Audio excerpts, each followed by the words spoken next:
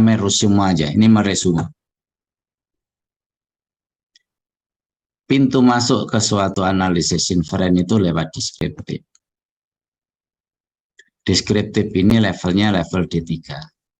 Karena di dalam deskriptif ini, peneliti hanya melakukan peringkasan.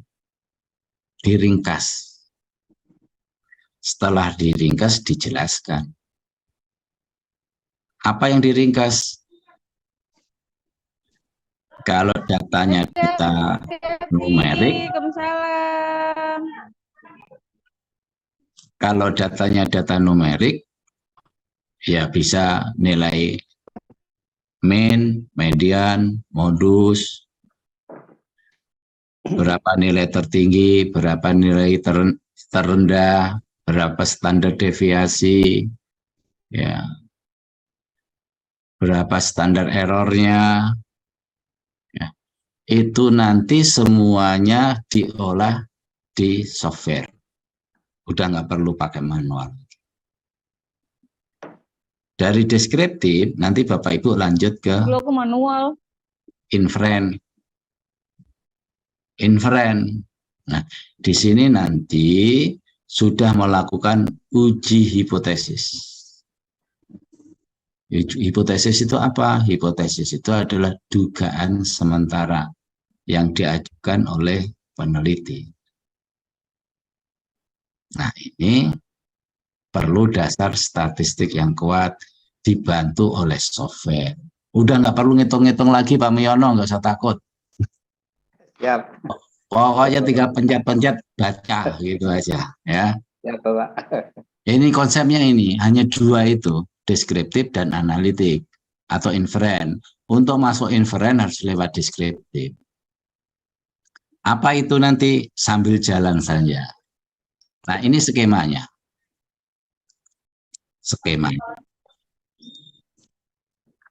Ini kelihatan jelas nggak kalau dari Bapak Ibu? Kelihatan, Pak. Kelihatan, Pak. Kelihatan, Pak. Data. Waktu kita turun ke lapangan, setelah membuat proposal, bab 1, bab 2, bab 3 disetujui oleh pembimbing, maka Bapak Ibu nanti ngambil data.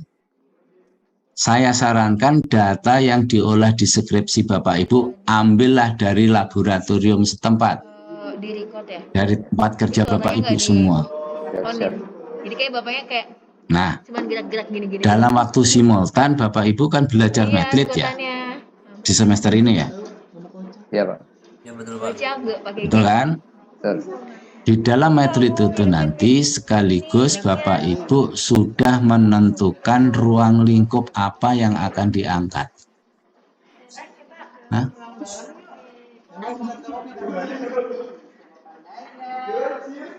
Ya, sudah menentukan ruang lingkupnya apa. Misalnya Pak Miono,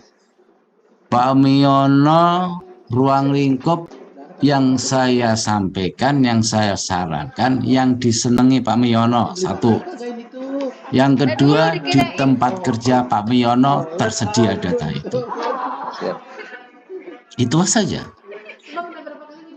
Bagaimana nanti teknik menulisnya, bagaimana teknik membuatnya di mata kuliah metrit, nggak di sini. Nah, setelah data nanti sudah didapat, baru kita lakukan. Nah, ini pengumpulan data, ya.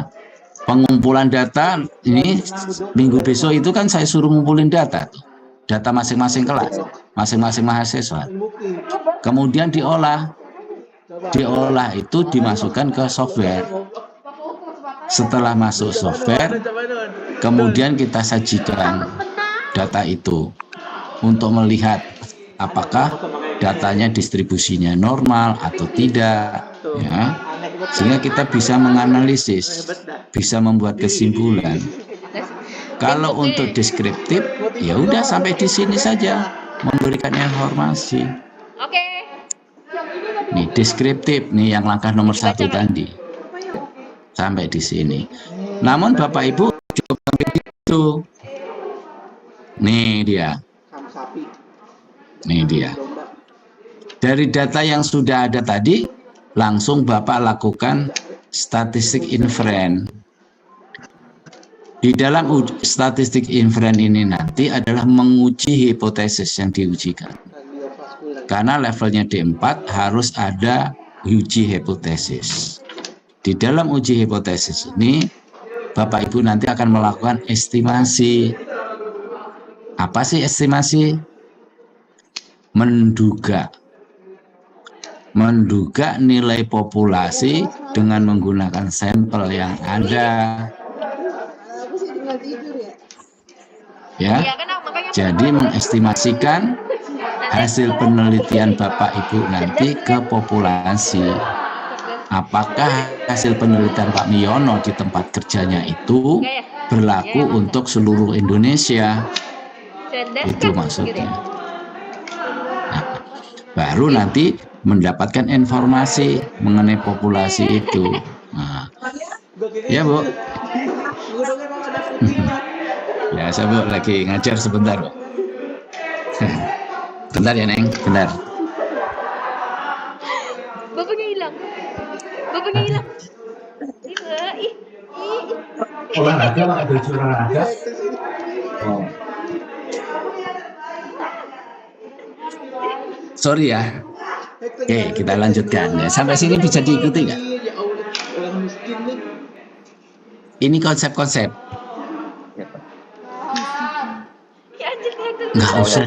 Nggak usah dihafalin. Bisa Pak. Nah, tapi dijalankan aja nanti juga ngerti sendiri. Apalagi udah dengan software gitu ya.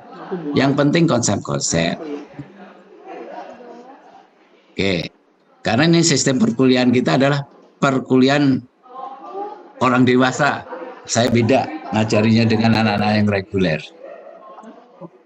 Tadi di RPS buku-bukunya silakan cari buku apa saja yang terkait dengan statistik. Intinya adalah statistik penelitian kesehatan. Oke, nah ya. Ini kita lewatin aja, bisa Bapak baca sendiri, bisa Bapak sendiri. Nah, data. Jadi tugas yang di slide terakhir tadi dalam rangka mengumpulkan data.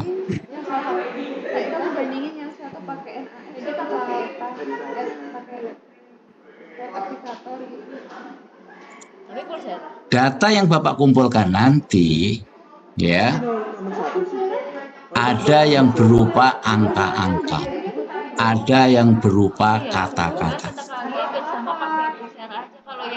Ya, tadi seperti tinggi badan, angka, jenis kelamin, laki-laki, perempuan, kata-kata. Cuma dua itu isinya, angka dan kata. Nah itu ya. Nah, oke, ya. Syarat data nanti harus lengkap. Jadi Pak Miono nanti harus mengumpulkan data selengkap mungkin waktu skripsi nanti. Dan yang terkini. Sesuai dengan kasus. Kalau kasusnya jarang, bisa tahunan. Kalau kasusnya banyak, dalam mingguan aja sudah banyak. Misalnya kasus apa? Kasus diabetes, oh mingguan udah banyak.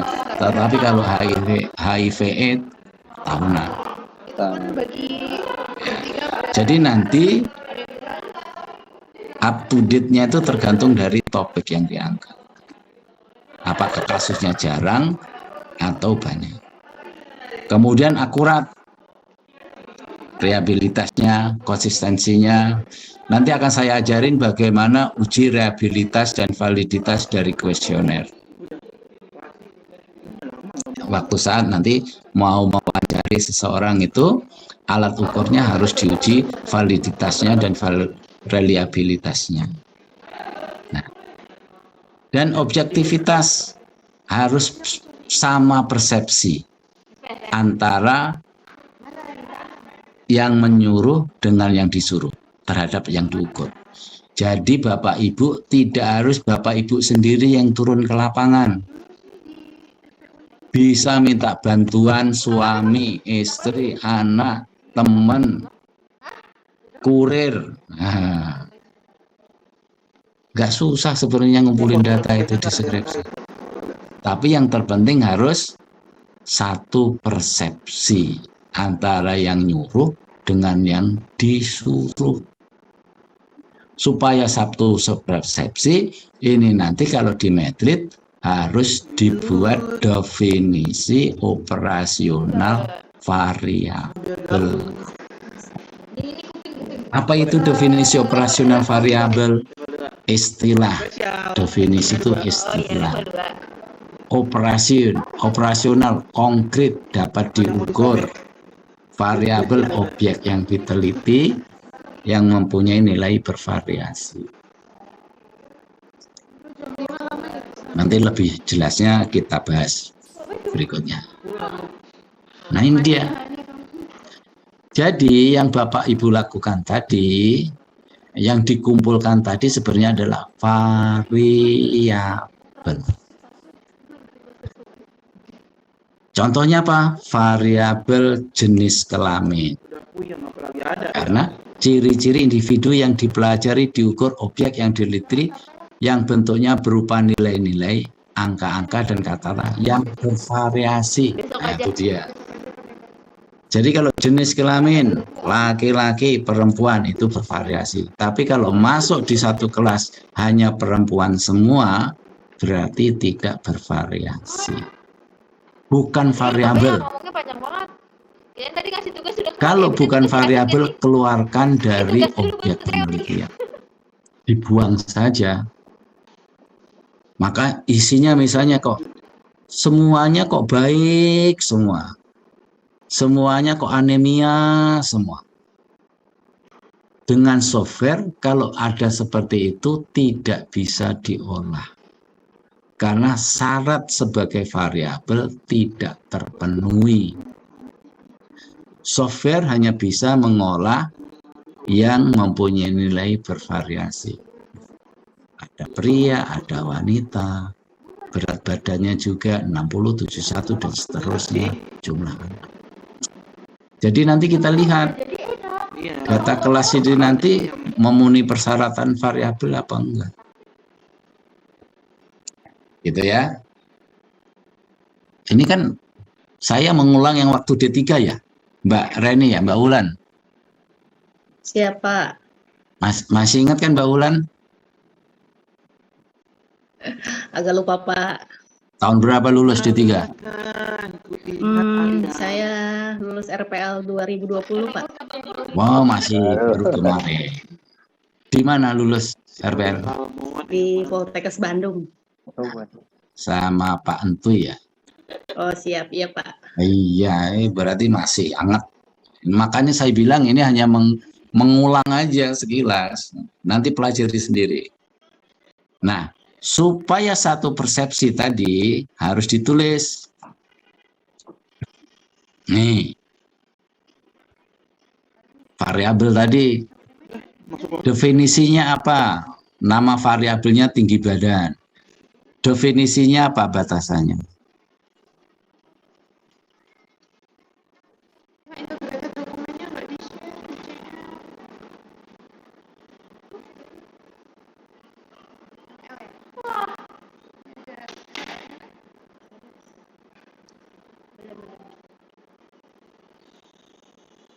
Ada gangguan terus saya nih. Kita ulang, kita lanjut. Ya.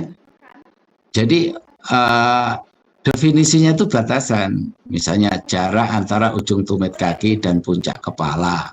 Kalau mau ditambahin lagi tanpa alas kaki. Nah, tanpa alas kaki. Konkret ini sudah.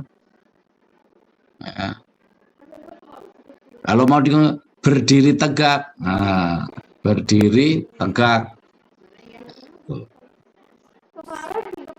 Jarak antara ujung tumit kaki dan puncak kepala tanpa alas kaki, berdiri tegak. Udah pasti benar itu nanti.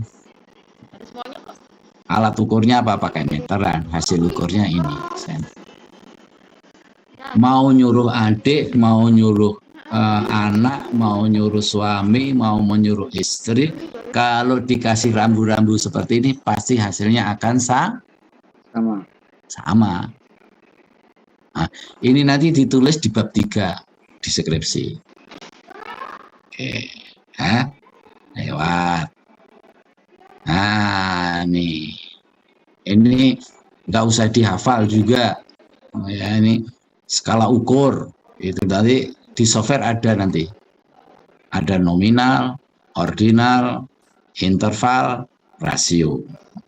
Apa itu nominal? Sederhana. Sama. Ya, isinya kata-kata. Nanti sambil jalan. Ordinal bertingkat-tingkat. Ya. Kemudian rasio,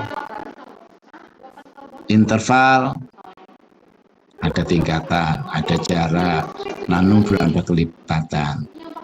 Rasio ini sudah kita ulang-ulang lagi,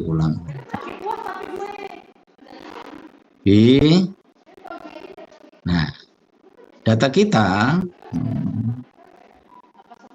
tadi dalam bentuk angka-angka, numerik dan kata-kata. Numerik juga dalam bentuk bisa diskrit, itu bisa bulat.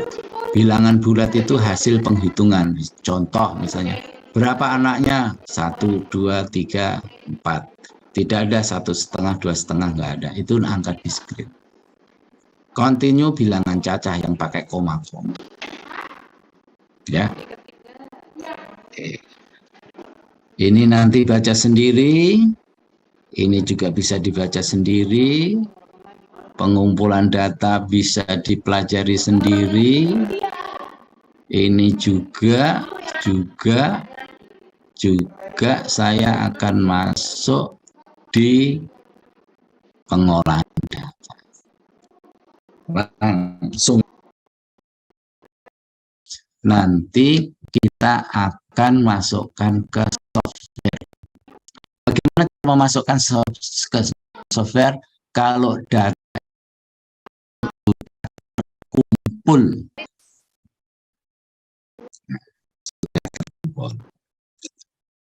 Saya akan share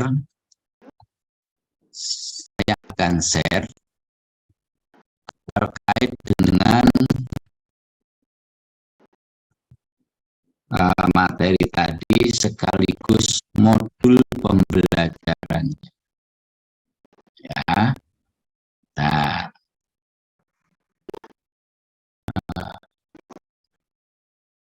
Bentar ya.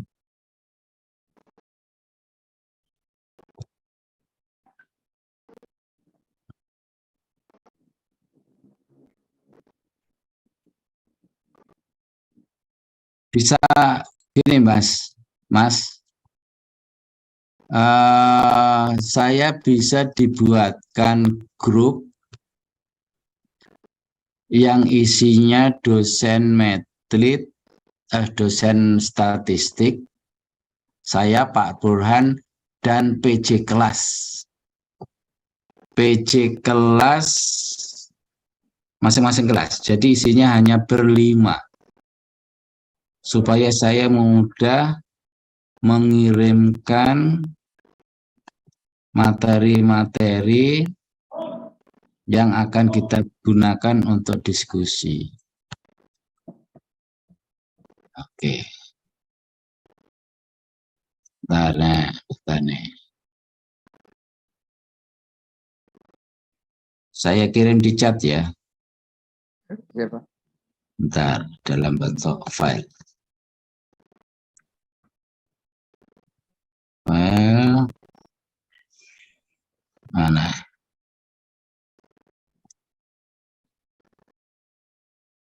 Sebentar, saya harus nyari dulu.